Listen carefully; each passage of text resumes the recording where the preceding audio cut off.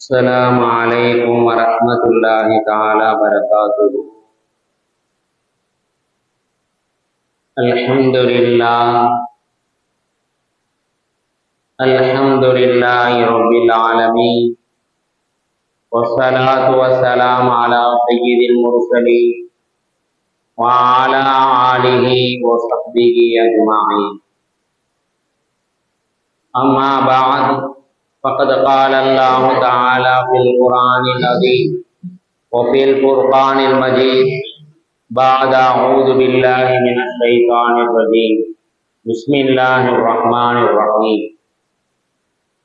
فأما من أعطى واتقى وصدق بالحسنى فسنيسره لليسرى وأما من بخل واستغنى وكذب بالحسنى فسنيسره للعسرى وما يغني عنه ماله إذا تردى.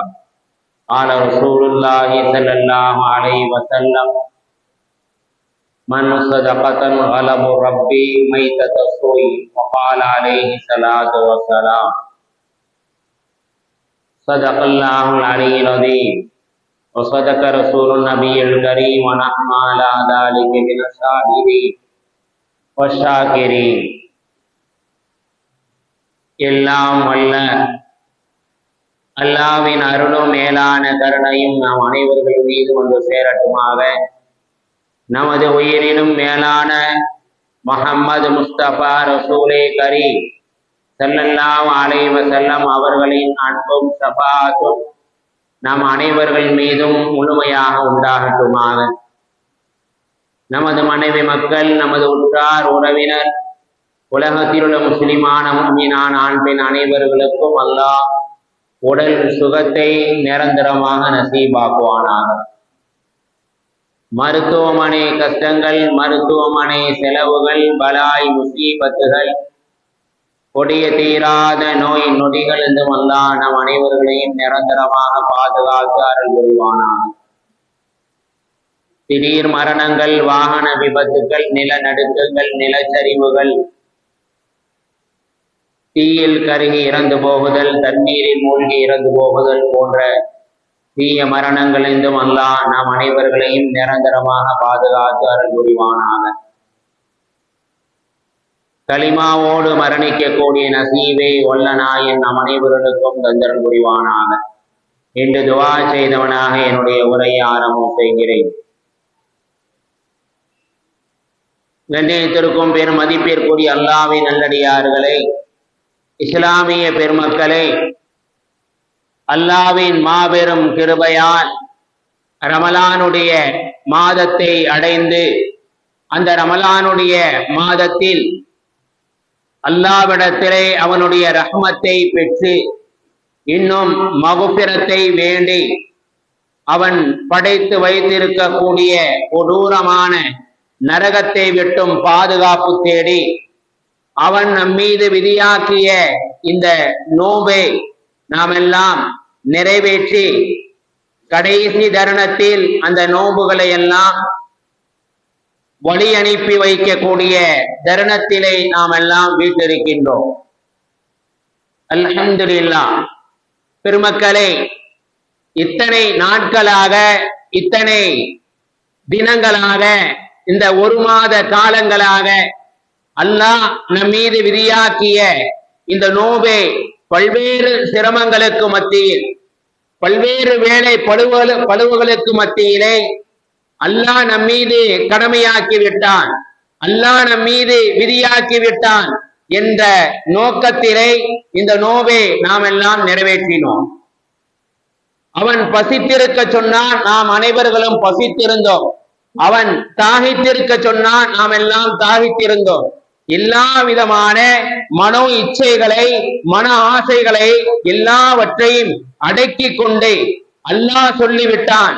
அல்லாஹ் தன்னுடைய திருமறையிலே சொல்லிவிட்டான், ஒரு நோன்பாளி எப்படி இருக்க வேண்டும், எந்த அளவுக்கு பேணுதலாக இருக்க வேண்டும், எந்த அளவுக்கு ஒழுக்கங்களை பேண வேண்டும், எந்த அளவுக்கு எல்லா விதமான ஆசைகளையும் தட்டுப்படுத்தி அவன் வாழ வேண்டும், அவன் பசித்திருக்க வேண்டும், தாகித்திருக்க வேண்டும். எல்லா விதமான ஒழுக்கங்களையும் அவன் நிறைவேற்றிய பின்னர் தான் அந்த நோன்பு அல்லாஹ்விடத்திலே முழுமையாக கபூல் செய்யப்படும், அல்லாஹ்விடத்திலே அவனுடைய நோன்பு ஏற்றுக்கொள்ளப்படும் என்ற ஹதீஸிலே பெருமானார் ஸல்லல்லாஹு அலைஹி வஸல்லம் அவர்கள் நமக்கு சொல்லி இருக்கின்றார்கள். அல்லாஹ்வும் குர்ஆனிலே கூறியிருக்கின்றான். இந்த நோம்பின் மூலமாக ஒரு மனிதனுக்கு இறை அச்சம் வர வேண்டும், இறை பயம் வர வேண்டும். யா அய்யுஹல்லதீன ஆமனூ, ஈமான் கொண்ட விசுவாசிகளை, இந்த நோன்பை உங்களுக்கு மட்டும் கடமையாக்கவில்லை, உங்களுக்கு முன்னால் வாழ்ந்த சமுதாயத்திற்கும் கடமையாக்கி இருக்கின்றோம். எதற்காக வேண்டி? லஅல்லக்கும் தத்தகூன், உங்களுக்கு மத்தியிலே இறை அச்சம் வருவதற்காக, இறை பயம் வருவதற்காக என்பதாக அல்லாஹ் தன்னுடைய திருமறையிலே சொல்லி இருக்கின்றான்.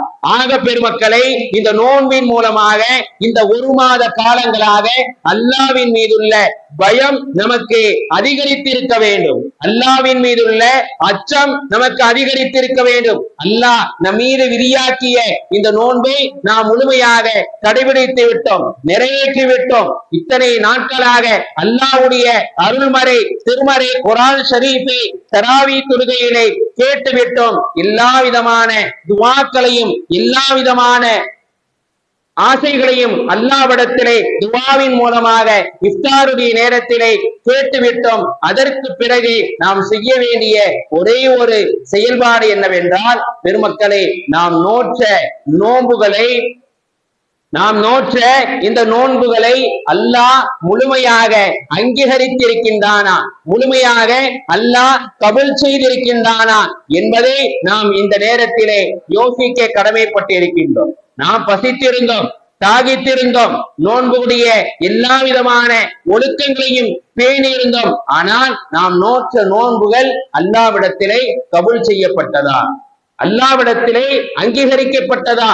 ஆனால் அல்லாஹ் சொன்ன ஒரே விஷயம், ஒரு மனிதன் நோன்புடைய நிலைமையில இருந்தால் அவன் பசித்திருக்க வேண்டும், தாகித்திருக்க வேண்டும், எல்லா விதமான ஆசைகளையும் கட்டுப்படுத்தி இருக்க வேண்டும் என்பதாகத்தான் சொல்லி இருக்கின்றானே. நாங்கள் எல்லாவற்றையும் பேணதானே செய்தோம், எல்லா ஒழுக்கங்களையும் நாங்கள் கடைபிடித்தோமே, எங்களுடைய நோன்பு அல்லாஹ்விடத்திலே கபூல் செய்யப்படாமல் எப்படி இருக்கும் என்பதாக நமக்கெல்லாம் ஒரு கேள்வி எழும்பும். ஆனால் பெருமக்களை, ஒரே ஒரு விஷயத்தை நாம் மறந்து விடுகின்றோம். இந்த நோன்புடைய காலகட்டத்திலே தெரிந்தோ தெரியாமலோ, நமக்கு விளங்கியோ விளங்காமலோ, நாம் மற்றவர்களை பற்றி தவறாக ஒரு எண்ணம் நம்முடைய உள்ளத்திலே உதித்து விட்டால், மற்றவர்களை பற்றி புறம் பேசிவிட்டால், மற்றவர்களை பற்றி நாம் கோல் மூட்டிவிட்டோம் என்றால், நாம் நோற்ற நோன்புகள் அல்லாஹ்விடத்திலே கபூல் செய்யப்படாமல் தடைப்பட்டு இருக்கும் என்பதை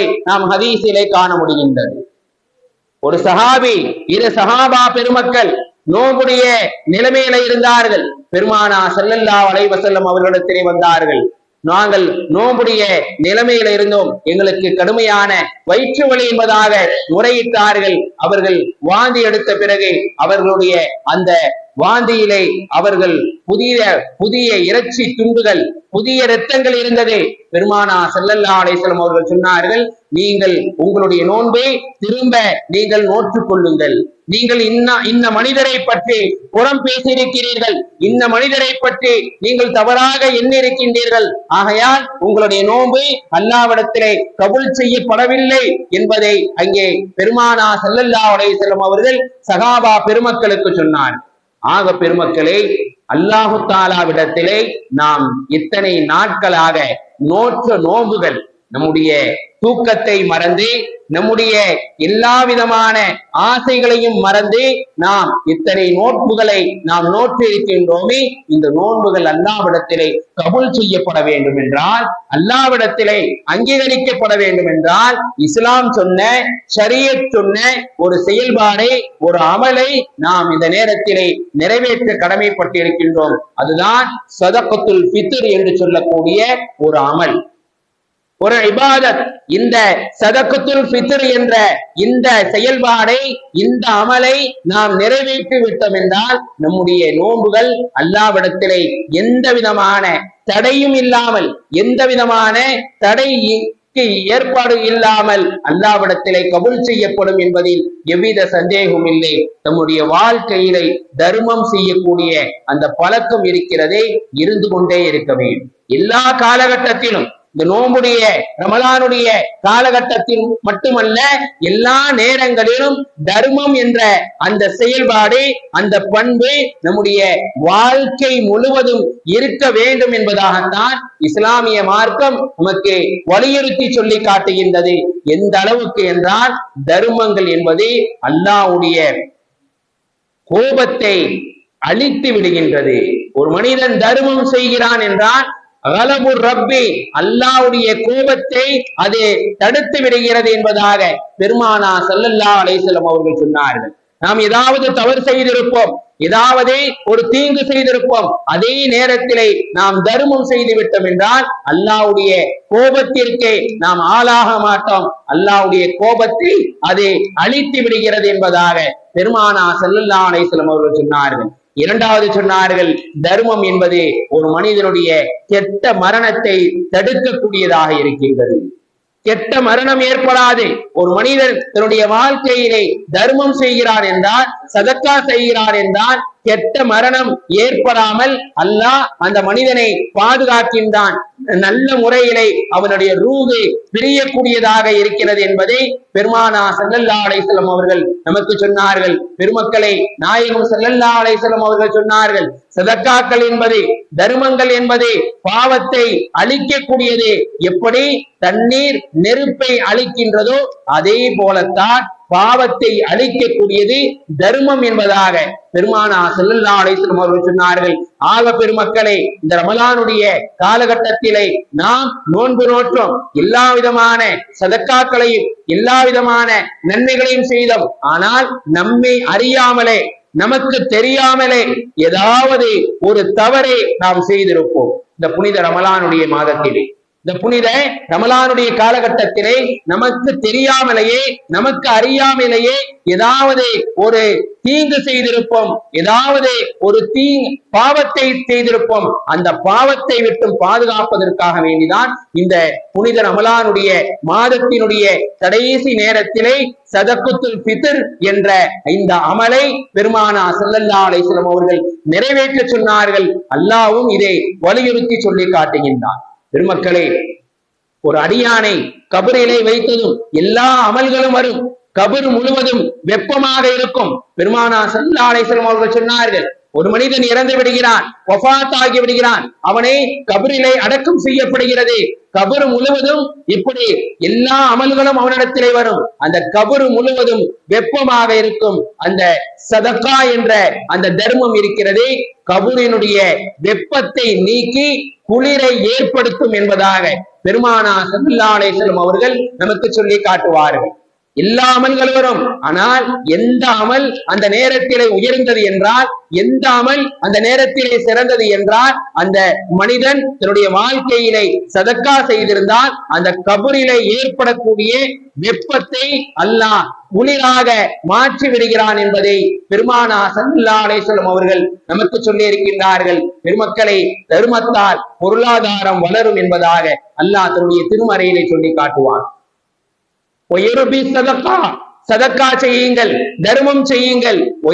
சதக்கா, நீங்கள் சதக்கா எந்த அளவுக்கு செய்கின்றீர்களோ அந்த அளவுக்கு உங்களுடைய பொருளாதாரத்திலே வளர்ச்சி ஏற்படும், மென்மேலும் வளரும் என்பதாக அல்லாஹ் தன்னுடைய திருமறையிலே சொல்லி காட்டுவான். பெருமக்களே, ஒரு கட்டத்திலே நபிகள் நாயகம் ஸல்லல்லாஹு அலைஹி வஸல்லம் அவர்களுடைய வீட்டிலே ஒரு தடவை ஒரு ஆடு அறுக்கப்பட்டது.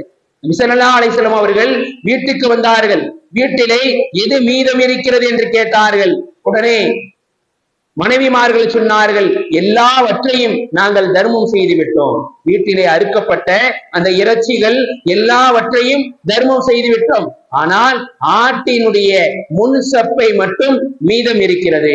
ஆட்டினுடைய முன் சப்பை பெருமானா ஸல்லல்லாஹு அலைஹி வஸல்லம் அவர்கள் விரும்பி சாப்பிடக்கூடிய அந்த ஆட்டினுடைய முன் சப்பையை மட்டும் மனைவிமார்கள் எடுத்து வைத்து விட்டு மற்ற எல்லாவற்றையும் தர்மம் செய்து விட்டார்கள். பெருமானா ஸல்லல்லாஹு அலைஹி வஸல்லம் அவர்கள் சொன்னார்கள், எதை தர்மம் செய்தீர்களோ அதுதான் மிச்சம் இருக்கிறது.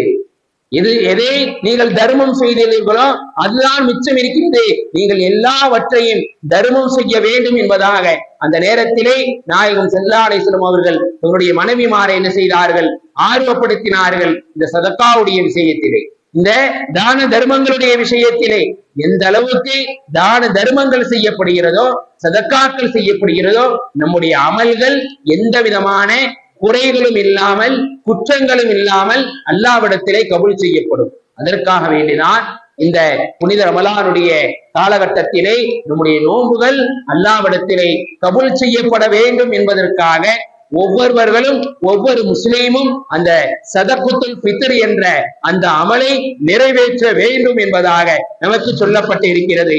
பெருமக்களை, பெருமானார் ஸல்லல்லாஹு அலைஹி வஸல்லம் அவர்கள் சொன்னார்கள், நீங்கள் உலகத்திலே வாழக்கூடிய காலகட்டத்திலே நீங்கள் எந்த அளவு நல்ல விஷயங்களை செய்கிறீர்களோ அந்த அளவுக்கு உங்களுடைய ரூஹு எளிதாக கைப்பற்றப்படும். மிக மோசமாக கைப்பற்றப்படுவது உங்களுடைய செயல்களை பொறுத்து இருக்கின்றது என்பதாக பெருமானார் ஸல்லல்லாஹு அலைஹி வஸல்லம் அவர்கள் சொன்னார்கள். இந்த அளவுக்கு தங்களுடைய வாழ்க்கையிலே நல்ல விஷயங்கள் செய்கிறீர்களோ, நல்லறம் செய்கின்றீர்களோ அந்த அளவுக்கு உங்களுடைய ரூஹு கைப்பற்றப்படும். நீங்கள் மோசமாக உலகத்திலே நடந்து கொண்டால் உங்களுடைய ரூஹும் மோசமாக கைப்பற்றப்படும் என்பதை பெருமானார் ஸல்லல்லாஹு அலைஹி வஸல்லம் அவர்கள் நமக்கு சொல்லி இருக்கின்றார்கள். பெருமக்களே, மலக்குல் மௌத் வருவார். மலக்குல் மௌத் ஒரு மனிதனுடைய உயிரை கைப்பற்றுவதற்கு வருவார். ஒரு மனிதன் இறக்கக்கூடிய அந்த நேரத்திலே அவனுடைய எல்லா அமலையும் அந்த மலக்குல் மௌத் பார்ப்பார். இவன் என்ன செஞ்சிருக்கான், நோன்பு வச்சிருக்கானா, ஜகாத் கொடுத்திருக்காரா, இவரை தொழுதிருக்காரா, எல்லா அமலையும் அந்த மலக்குல் மௌத் பார்ப்பார். எந்த அளவு அமல்கள் அவரிடத்திலே அதிகமாக இருக்குமோ அந்த அளவுக்கு அந்த அடியானுடைய ரூஹு மென்மையாக கைப்பற்றப்படும். அதிலே பெரும்பான்மையான பங்கு சதக்காவுக்கு இருக்கிறது என்பதாக பெருமானார் ஸல்லல்லாஹு அலைஹி வஸல்லம் அவர்கள் நமக்கு சொல்லி இருக்கின்றார். ஒவ்வொரு மனிதனிடத்திலும் மலக்குல் மௌத் வந்து அவனுடைய அமல்களை பரிசோதனை செய்வான், அவனுடைய அமல்களை ஆய்வு செய்வான். இவனுடைய வாழ்க்கையிலே எத்தனை நாட்களாக எத்தனை தொழுகைகளை இவன் தொழுதிருக்கிறான், எத்தனை சதக்காக்களை செய்திருக்கிறான், என்ன நல்ல அமல்களை செய்திருக்கிறான் என்று பார்த்து பரிசோதித்து எந்த அளவுக்கு அமல்கள் அதிகமாக இருக்குமோ, அவனிடத்திலே நல்ல விஷயங்கள் அதிகமாக தென்படுமோ அந்த அளவுக்கு அவனுடைய ரூஹு மென்மையாக கைப்பற்றப்படும். அவனிடத்தில் எந்த அமல்களும் இல்லை, எந்த செயல்பாடுகளும் இல்லை என்றால் அவனுடைய ரூஹு மிகவும் மோசமாக கைப்பற்றப்படும் என்பதாக பெருமானார் ஸல்லல்லாஹு அலைஹி வஸல்லம் அவர்கள் நமக்கு சொல்லி இருக்கின்றார்கள். பெருமக்களை, அதன் அடிப்படையிலே தான் இந்த புனித ரமலானுடைய மாதத்திலே நாம் எல்லாம் அவ்வளவு பழுவுகளுக்கு மத்தியிலே, கஷ்டங்களுக்கு மத்தியிலே அல்லாஹ் நம் மீது விதியாக்கி விட்டான், நம் மீது கடமையாக்கி விட்டான். இந்த நோன்பை எப்படியாவது நாம் நோக்க வேண்டும். அப்படி நோக்க முடியவில்லை என்றால் ஒவ்வொரு நோன்புக்கும் ஒரு சிறங்கை அளவு அரிசி தர்மம் செய்ய வேண்டும், மிஸ்கீன்களுக்கு கொடுக்க வேண்டும் என்ற எல்லா விஷயத்தையும் நாம் முழுமையாக கைப்பற்றினோம். என்னுடைய குடும்பத்திலே என்னுடைய தந்தை நோன்பு நோக்கவில்லை, என்னுடைய தாய் நோன்பு நோக்கவில்லை, அதற்கு பகரமாக ஒவ்வொரு நோன்புக்கும் ஒரு சிறங்கை அளவு மிஸ்கீன்களுக்கு தர்மம் செய்ய வேண்டும், அவர்களுக்கு உணவு கொடுக்க வேண்டும். அதன் மூலமாக அவர் நோன்பு நோற்றவராகவே அல்லாஹ்விடத்திலே கணிக்கப்படுவார். இவ்வளவு சலுகைகள் இஸ்லாமிய மார்க்கத்திலே சொல்லப்பட்டிருக்கிறது. பெருமக்களை, நாம் நம்முடைய வாழ்க்கையிலே நம்முடைய அமல்கள் அல்லாஹ்விடத்திலே முழுமையாக கபூல் செய்யப்பட வேண்டும் என்றால் இந்த புனித ரமலானுடைய மாதத்திலே நாம் நம் மீது கடமையாக்கிய, நம் மீது விதியாக்கிய, நமக்கு சொல்லப்பட்ட, வலியுறுத்தி சொல்லப்பட்ட இந்த சதகுத்துல் ஃபித்ர் என்ற தர்மத்தை நாம் வழங்க வேண்டும். எப்படி ஜகாத்துக்கு எவ்வளவு முக்கியத்துவம் கொடுக்கின்றோமோ, ஜகாத்தை அந்த நிறைவேற்றுவதற்கு எவ்வளவு ஆர்வம் செலுத்தப்படுகின்றதோ அதே போன்றுதான் அடுத்து சதகத்துல் ஃபித்ர் என்ற தர்மத்தையும் இஸ்லாமிய மார்க்கத்திலே வலியுறுத்தி சொல்லப்பட்டு இருக்கிறது. பெருமக்களை, பெருமானார் ஸல்லல்லாஹு அலைஹி வஸல்லம் அவர்கள் ஒரு ஏழையை பார்த்து விட்டார்கள் என்றால் அவர்களுடைய மனம் உருகிவிடும். ஒரு சஹாபி, தலீக் என்ற ஒரு சஹாபி ஜும்மாவுடைய அந்த நாளிலே பள்ளிக்குள் வருகிறார். நபிகள் நாயகம் ஸல்லல்லாஹு அலைஹி வஸல்லம் அவர்கள் மிம்பர் படியிலே ஏறிவிட்டார்கள். குத்பா ஓதுவதற்கு தயாராகிவிட்டார்கள். ஒரு இமாம் குத்பா ஓதுவதற்காக மிம்பர் படியில ஏறிவிட்டால் வரக்கூடிய அந்த மக்கள் தொழுவதற்கு, சுன்னத்தான தொழுகை தொழுவதற்கு, மற்ற அமல்களில ஈடுபடுவதற்கு அனுமதி இல்லை இஸ்லாமிய மார்க்கத்திலே. ஆனால் அந்த குத்பாவை தான் அவர் கவனிக்க வேண்டும். பெருமானார் ஸல்லல்லாஹு அலைஹி வஸல்லம் அவர்கள் மிம்பர் படியில ஏறிவிட்டார்கள். ஒரு ஏழை உள்ளே வந்திருக்கிறார். அவருடைய ஆடை அடங்கோலமாக இருக்கிறது, அவருடைய தலை பரட்டையாக இருக்கிறது, மிகவும் அருவருப்பாக அவர் காணப்படுகிறார். அந்த நேரத்திலே பெருமானார் ஸல்லல்லாஹு அலைஹி வஸல்லம் அவர்கள் அந்த நேரத்தில் என்ன செய்தார்கள்? குத்பா ஓதுவதற்கு பதிலாக அந்த நேரத்தில் இந்த ஏழையை பார்த்து என்ன சொன்னார்கள்? 2 ரக்காத் தொழுங்கள் என்பதாக சொன்னார். கிழிந்த ஆடையோட வந்திருக்கின்றார், ஆனால் தொழுவதற்கு அனுமதி இல்லை. அந்த நேரத்திலே குத்பாவை தான் கவனிக்க வேண்டும். ஆனால் பெருமானார் ஸல்லல்லாஹு அலைஹி வஸல்லம் அவர்கள் அந்த நேரத்திலே அந்த சஹாபியை பார்த்து சொன்னார்கள், நீங்கள் 2 ரக்காத் தொழுங்கள் என்பதாக சொன்னார்கள். எதற்காக வேண்டி? அந்த பெரிய சபையிலே, அந்த கூட்டத்திலே எல்லா சகாபாக்களும் அவருடைய நிலைமை என்னவோ அதை பார்க்க வேண்டும். ஏன் இவ்வளவு மோசமாக இருக்கிறாரே, இப்படிப்பட்ட மனிதனும் உலகத்திலே இருக்கிறாரா என்ற ஒரு எண்ணம் எல்லா மக்களுக்கும் ஏற்பட வேண்டும் என்ற ஒரே நோக்கத்திலே பெருமானார் ஸல்லல்லாஹு அலைஹி வஸல்லம் அவர்கள் அந்த சகாபியை தொழச் சொன்னார்கள்.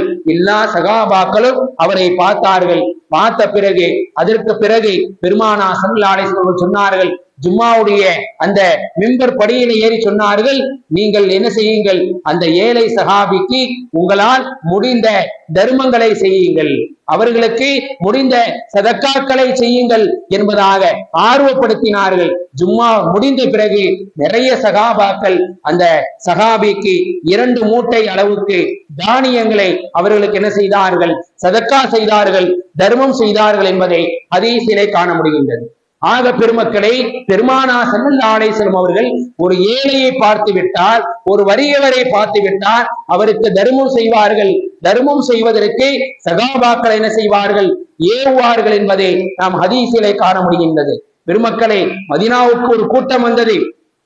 அதிலே ஒருவருடைய காலிலே செருப்பு இல்லை, உடம்பு முழுவதும் மறைக்க ஒழுங்கான ஆடை இல்லை, அரை நிர்வாணமாக அவர் இருந்தார். நபிகள் நாயகம் ஸல்லல்லாஹு அலைஹி வஸல்லம் அவர்களுடைய மனம் கஷ்டப்பட்டது. இப்படியும் மக்கள் உலகத்திலே வாழ்ந்து கொண்டிருக்கின்றார்களா? இப்படியும் மக்கள் மிகவும் ஏழையாக இருக்கின்றார்களா என்பதை நாயகம் ஸல்லல்லாஹு அலைஹி வஸல்லம் அவர்கள் என்ன செய்தார்கள்? மிகவும் கஷ்டப்பட்டார்கள். வளமை போல் மக்களை எல்லாம் பள்ளிக்கு என்ன செய்தார்கள்? வர சொன்னார்கள். தர்மத்தினுடைய ஆயத்துக்களை ஓதினார்கள், தர்மத்தினுடைய சிறப்புகளை சொன்னார்கள். நீங்கள் ஒரு பேரித்தம்பலம் இல்லை, அரை பேரித்தம்பலம் அளவு தர்மம் செய்தாவது நரகத்தினுடைய நெருப்பை விட்டும் நீங்கள் பாதுகாத்துக் கொள்ளுங்கள். பெருமானார் ஸல்லல்லாஹு அலைஹி வஸல்லம் அவர்கள் அந்த சொன்ன விஷயத்தை நாம் சற்று கவனிக்க கடமைப்பட்டிருக்கின்றோம். ஒரு பேரித்தம்பலம் அல்லது அரை பேரித்தம்பலம் அளவாது தர்மம் செய்து நரகத்தினுடைய நெருப்பை விட்டும் நீங்கள் பாதுகாத்துக் கொள்ளுங்கள் என்பதாக பெருமானார் ஸல்லல்லாஹு அலைஹி வஸல்லம் அவர்கள் சொல்லிவிட்டு சொன்னார்கள். தர்மத்தை, சின்ன தர்மத்தை கூட அல்லாஹ் தன்னுடைய வலது கரத்திலே வளர்க்கிறான். நீங்கள் எப்படி ஆட்டையும் குதிரையும் வளர்க்கின்றீர்களோ அதே போல் அல்லாஹ் உங்களுடைய தர்மத்தையும் வளர்த்து கொண்டே இருக்கிறான். நாளை மறுமையிலே மலை போல் உங்களுடைய நன்மையிலே நீங்கள் பார்ப்பீர்கள் என்பதாக பெருமானார் ஸல்லல்லாஹு அலைஹி வஸல்லம் அவர்கள் சகாபாக்களை பார்த்து சொன்னார்கள். உடனே சகாபாக்கள் அவர்களிடம் இருந்த பொருளாதாரங்களை கொண்டு தர்மம் செய்தார்கள். நபிக்கு கொஞ்சம் வருத்தமாக இருந்தது. எல்லா சகாபாக்களும் நிறைய தர்மம் செய்வார்கள் என்று பார்த்தால் மிகவும் கம்மியாக தர்மம் செய்கிறார்களே, சதக்கா செய்கிறார்களே என்பதாக நாயகம் ஸல்லல்லாஹு அலைஹி வஸல்லம் அவர்கள் கஷ்டப்பட்டார்கள். ஒரு சஹாபி நபியினுடைய உள்ளத்தில் உள்ள அந்த வாட்டத்தை, கவலையை பார்த்து என்ன செய்தார்கள்? வீட்டுக்கு போய் ஒரு பை நிரம்ப பொருட்களை எடுத்தார்கள். எந்த அளவு என்றால் பையை அவரால் தூக்கி வர முடியவில்லை. பை நிரம்ப பொருளாதாரங்களும் எல்லா ஜாமான்களும் தானியங்களும் தூக்கி கொண்டு வந்து அந்த தோழர்களுக்கு நபி ஸல்லல்லாஹு அலைஹி வஸல்லம் அவர்கள் கொடுத்தார்கள். அந்த தோழர்கள் கொடுத்தவுடன் அந்த தர்மத்தை பார்த்து ஒரு சகாபி செய்ததை பார்த்து எல்லா சகாபாக்களும் என்ன செய்தார்கள்? வீட்டுக்கு போய் தங்களால் இருந்த பொருளாதாரங்களை எடுத்து வந்து தர்மம் செய்தார்கள். 2 குவியல் சேர்ந்து விட்டது.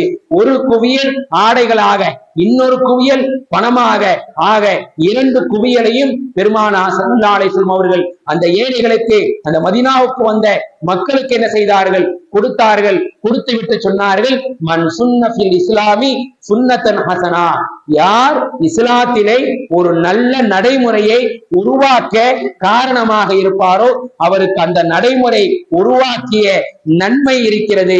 அவரை பார்த்து யாரெல்லாம் செய்தார்களோ அவருடைய நன்மை இவருக்கும் கிடைக்கும் என்பதாக பெருமானார் ஸல்லல்லாஹு அலைஹி வஸல்லம் அவர்கள் சொன்னார்கள். ஒருவர் ஒரு செயலை செய்கிறார், ஒரு செயலை பார்த்து, அவர் செயலை பார்த்து மற்ற சகாபாக்கள் செய்தார்கள் என்றால் இவர்களுடைய நன்மைகள் எல்லாம் அந்த சகாபிக்கு போய் சேரும் என்பதாக பெருமானார் ஸல்லல்லாஹு அலைஹி வஸல்லம் அவர்கள் சொன்னார்கள். பெருமக்களே, குர்ஆனில் செல்வம் இருந்து அதை தர்மம் செய்யாமல் இருந்தால் அவர்களுக்கு அழிந்த 2 வரலாறு இருக்கிறது. குர்ஆனிலே 2 வரலாறு.